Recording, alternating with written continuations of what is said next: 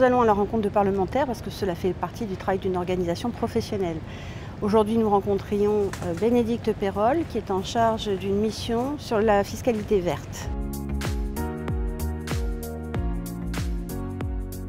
Les entreprises de transport payent beaucoup.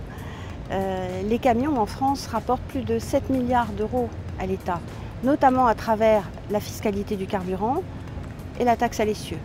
Si vous y rajoutez les péages, cela fait beaucoup d'argent. Auditionner la FNTR parce que le transport et les transporteurs routiers sont au cœur de la transition écologique et sont des acteurs très importants de celle-ci. Ils sont bien évidemment soumis à une fiscalité écologique, celle qu'on connaît bien, la TICPE, qui comprend aujourd'hui la contribution climat-énergie. Il était primordial de les associer à ces travaux, de les entendre.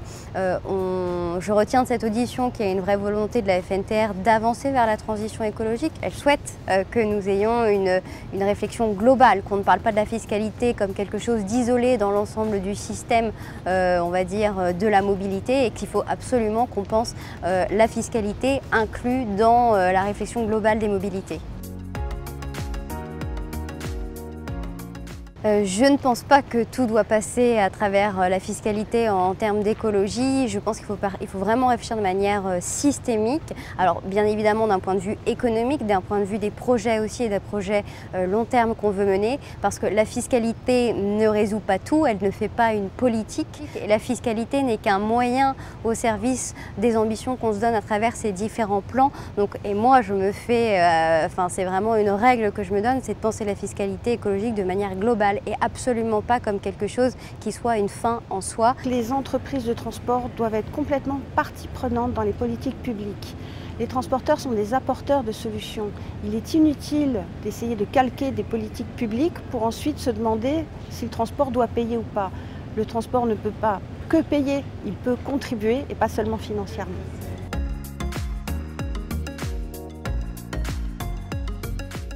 L'ensemble des usagers de la route acquittent 39 milliards d'euros. Nous considérons qu'avec ces 39 milliards d'euros, l'État a largement de quoi financer les infrastructures.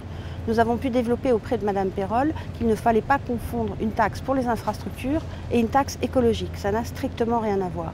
En ce qui concerne l'écologie, les entreprises de transport ont déjà fait beaucoup sans aide de l'État, notamment vers l'acquisition de véhicules GNV.